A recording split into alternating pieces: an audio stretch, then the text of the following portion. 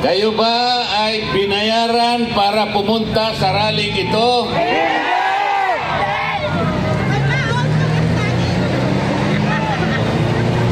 Maraming salamat po sa inyong lahat. Dahil sa inyo, masasabi ko sa gabing ito na sama-sama tayo na gumawa ng isang kasaysayan. Wala pa pong nagpatawag na rally na isang kumakandidatong senador na sinuportahan ng ganito karaming mga tao. Ito pa lamang po ang pagtitipon na kinakitaan ng mahigit 28,000 mga Pilipino na nagkakatipon ngayong gabi. Pero sinasabi po nila, wala daw po ako sa survey. Naniniwala po ba kayo riyan? Mga kababayan, bukod sa pagtitipon natin ngayong gabi, marami na po akong pinuntahan na mga lugar sa ating bansa. Kahit sa Mindanao, sa Davao, sa Agusan, sa Caraga Region, sa Visayas, sa Cebu, sa Iloilo, Negros, dito naman sa Luzon, Batangas, Laguna, Quezon, Rizal, Cavite. Napakainit po ng pagtanggap ng ating mga kababayan. Sa gabing ito, marami rin pong galing sa iba't ibang lugar. Hindi ko po alam kung paano ko kayo pasasalamatan.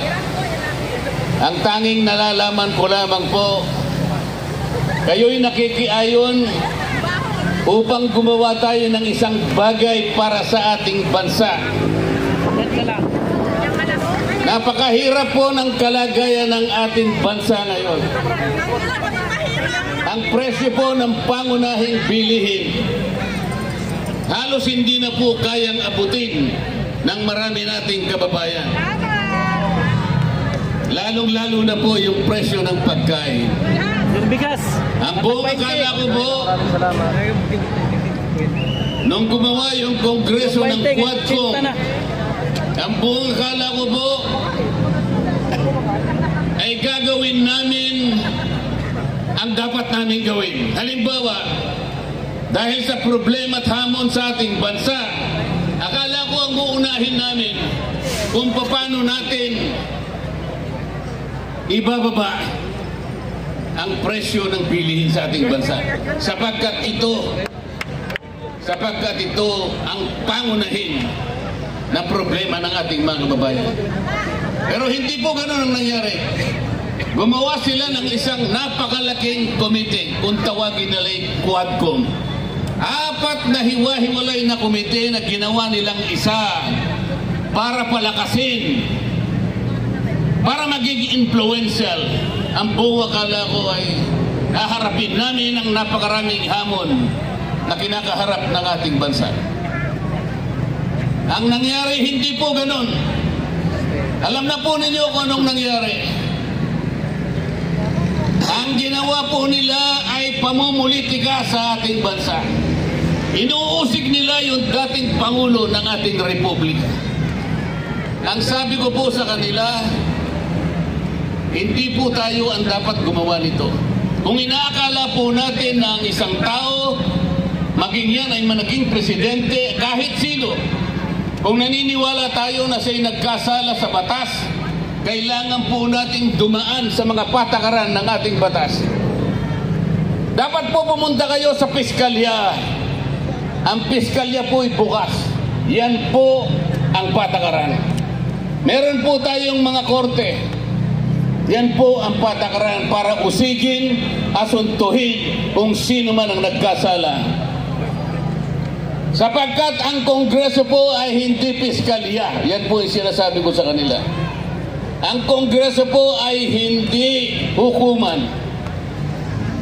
Nagpasikat po silang lahat sapagkat pamumulitika ang inuuna nila. Bumaha ang maraming panig ng Metro Manila. Bumaha ang Bicol Region. Mahigit pong 300 bilyon ang ginamit sa mga flood control. Akala ko po ang Quadcom uusisain lahat ito. Hanapin natin kung saan napunta ang perang ginasta para dito. Ayaw po nila yon. Ang gusto nila ay usigin nila ang dating Pangulo. Pagkatapos gumawa pa sila ng isa pang komite. Ang uusigin naman nila ay yung pangalawang Pangulo ng ating bansa. Kahit walang batayan, kahit mali ang pamamaraan, ayun po, nakita na ninyo kung anong nangyari. Bago magsara ang Kongreso, pinilit nilang i-transmit yung impeachment complaint sa Senado. Ang gusto po nilang mangyari, mawala ang Vice President. Puro kaguluhan, puro pagkakabahagi ang gusto nilang gawin. Mahigit 230 o 240 na mga congressmen and congresswomen ang pumirma. Yun po ang kanilang gustong gawin. Yung magkakabahagi tayong lahat. Ano po ang ginawa nila sa akin kapag sinasabi kong bali ang paraan? Hindi tama ang ginawa ninyong patakaran. Pinagtutulong-tulungan po nila ako. Ayaw naman po nilang makipagdebate ng totohanan sapagkat hindi naman nila kayang ilabas kung ano yung tama. Ganun po ang palagi nilang ginagawa. Masama po bang ipakilala ko sa kanila kung ano yung katwiran? Masama ba na turuan ko sila sapagkat meron naman ako na konting nalalaman tungkol sa batas? Yun nga mga chairman ng Quadcom, wala nga pong abogado ron kahit isa. Kung tinuturo ko sa kanila yung dapat gawin, sapagkat ito ang tama, ganito ang dapat nating gawin sapagkat nakikita tayo ng taong bayan. Kayo pong lahat na nandirito ngayon, nakikita nyo yung pamamaraan kung paano ginagawa nila. Tatawagin nila yung mga tao, pagtatatanungin nila ron, ang kanilang layunin ay gumawa ng batas. Nagpapatulong na gumawa ng batas. Ngunit, kapag nandun na yung mga taong tinatanong, tatakutin nila.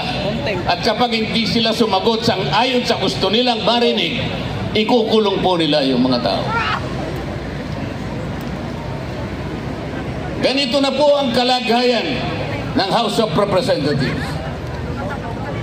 Alam po kung nasaan, nandyan po lang katabi natin. Kapag ako po ay nagsasabi sa kanila, puro panggugulo ang ginagawa nila. Pati po, nakita po ninyo yung hopya na kinakain ko. Kung anong ginawa nila. Pati yung hopya na kinakain ko, inagaw nila sa akin. Nang dahil lamang sa pagtatanggol sa karapatan ng katwiran, pagtatanggol sa katotohanan.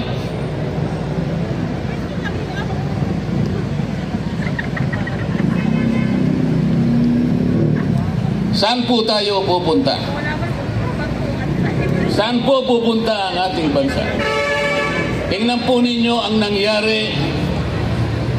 Sinuri nila kunwari yung pagkakagasta ng confidential funds ng Vice President.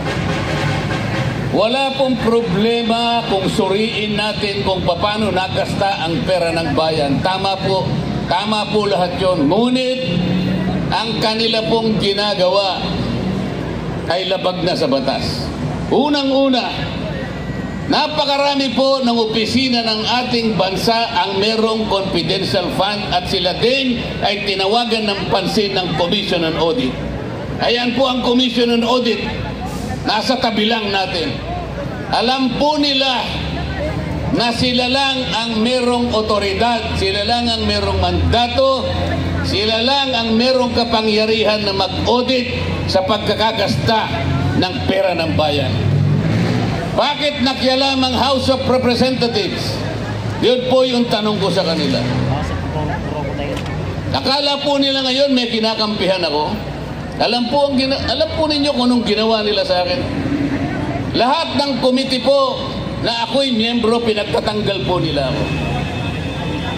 Para bang ang gusto nilang gawin ay hindi na ako kasali sa House of Representatives.